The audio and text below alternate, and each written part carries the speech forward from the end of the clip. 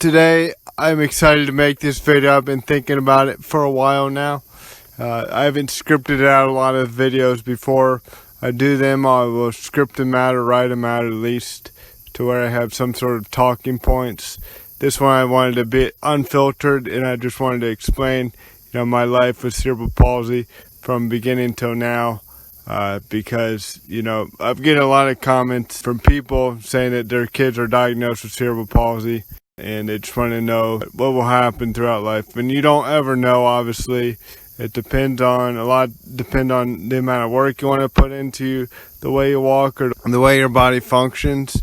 A lot depends on the severity. My case is pretty mild compared to some, and compared to others, it's more severe. But I would say I'm generally on the milder side. From when I was born, normal size, wasn't premature or anything. A lot of people with cerebral palsy are. I was 5 years old when I was diagnosed. My parents noticed I was falling more and more, and I kind of started walking on my toes slightly. But everybody, learns to walk their own different way. Generally, there's a certain time people start walking, and I was around that time, and I tended to just fall a little bit more, but they thought it was just, I was learning how to walk. And I've seen videos. I'm going to try to, post a video of at least every few years of me walking if I can find videos of that. But basically, I was 5 years old when I was officially diagnosed. I was taken to a neurologist, and they said, we think he has cerebral palsy, obviously pretty mild, but at that point I didn't really know. So pretty much I've lived my entire life, being slower physically than others. And it is a challenge, but, you learn to deal with difficult circumstances. If you don't, you're probably not going to live long. You're going to lose at everything you do. First grade is when I really started noticing that I was slower than everybody else. I did a pretty good job. I did sports, and I was never a star athlete, but I was decent, especially when I first started playing. I was probably an average player. I wasn't faster or slower than anybody, but as time went on, people got more coordinated, and I got less. I really noticed things that were hard were dribbling balls through my legs, where a lot of my friends were able to do that sort of thing. And I noticed that skipping was hard, and obviously up until 5th grade I was pretty good at running and just keeping up with everybody. But then, I would say from 6th grade to 8th grade, I noticed kind of progression more so. Although they say cerebral palsy is not progressive, which it's not, but the symptoms don't stay the same. Like I said, it kind of depends on the amount of effort you put into it, and also throughout your growth years, that's when you see progression the most, from what I've noticed. And it's not like one year you'll notice it will be a lot worse than another. But when I was 5, I kept up with my friends who were 5 really well. And then when I was 15, not so much. But I played sports up until I was 15, actually. And at that point, it was hard. There was slowness, shaking. When I would stop, and that was awkward. Plus, I couldn't keep up with everybody. I wasn't that good. I had a good shot. I played basketball and baseball. I think baseball I stopped at age 12, and then basketball I played until 15. I still could run up and down the court. Now I couldn't do that. I've kind of gotten out of the practice of playing basketball, so it wasn't something I really wanted to do. Obviously, I knew I wasn't going to be a professional athlete. That's kind of every kid's dream. And I would say up until I was probably 5th grade, I thought potentially I could be a baseball player professionally. But obviously that never panned out, but it's okay because I've developed my own interest, and I wouldn't want to be a professional athlete at this time. It was, difficult being slower but like I said, you just get used to it. As far as bullying, obviously I did face my share of bullying, but you know, I was a teenager too, and I've bullied people for things like being overweight and that sort of thing.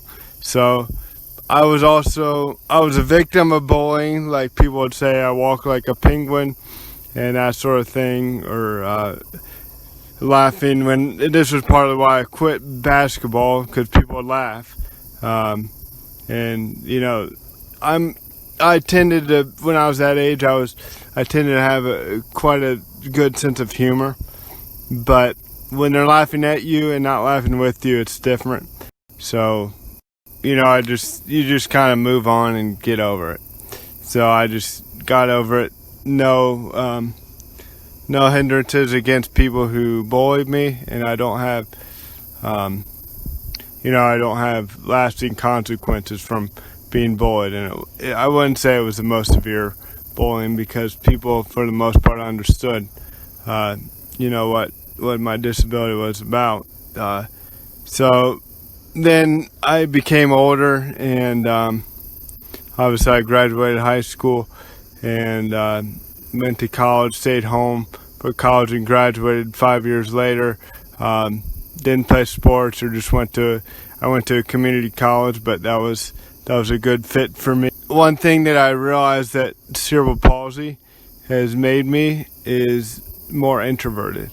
I think I'm a naturally very extroverted person, but just because it's a challenge to get around, it's challenging to keep up with people physically, I think I've just learned to be more introverted. When I was 19 in college, I had surgery, and that was sort of beneficial.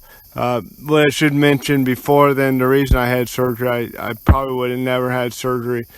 However, I was going through a lot of physical pain because I had a job working over the summer, and I was working during school part-time, and I was going through a lot of physical pain, the most physical pain that I've ever gone through.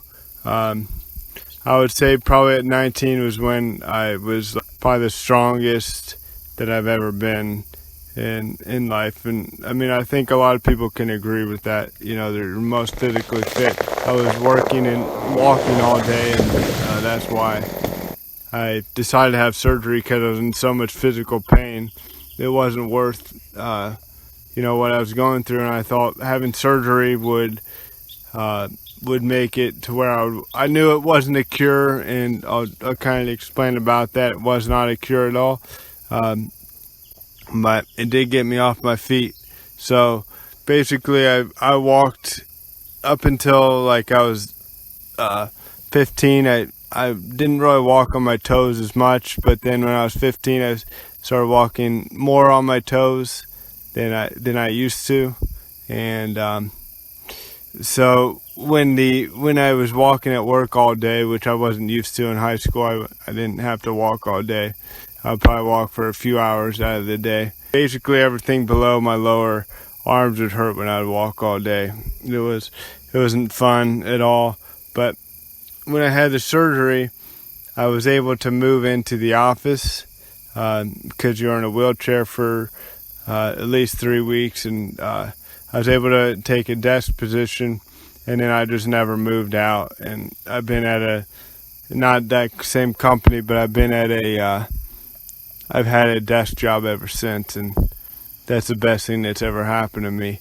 I wouldn't say the surgery was a cure by any means. It did help me stop walking on my toes, but it kind of created other problems that, like, I feel like I sway more when I walk, and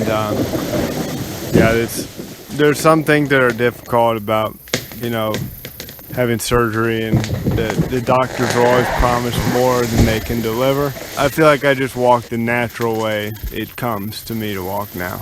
Obviously, they lengthened my heel cords and hamstrings, which allowed me to, have my legs straight, and also they allowed me to walk flat on my foot, but it created other problems, like my back probably hurts more now, and I don't think I could do the job when I was 19. But sometimes when you're 19 and right out of high school, you just have this desire to do anything. I'm glad not to be doing that anymore.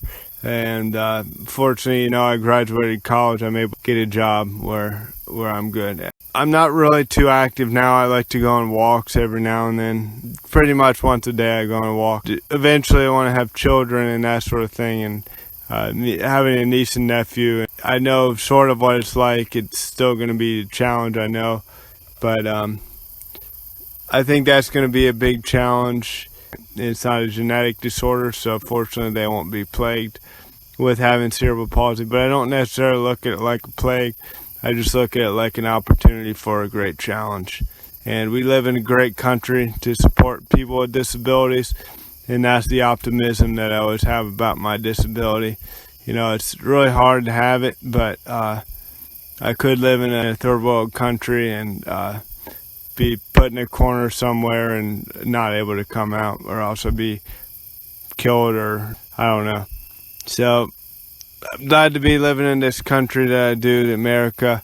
And it is challenging to have cerebral palsy, I'm not going to lie, physically, and then people don't always treat you the best, but you just got to learn how to overcome it, and you got to learn how to deal with the way God created you.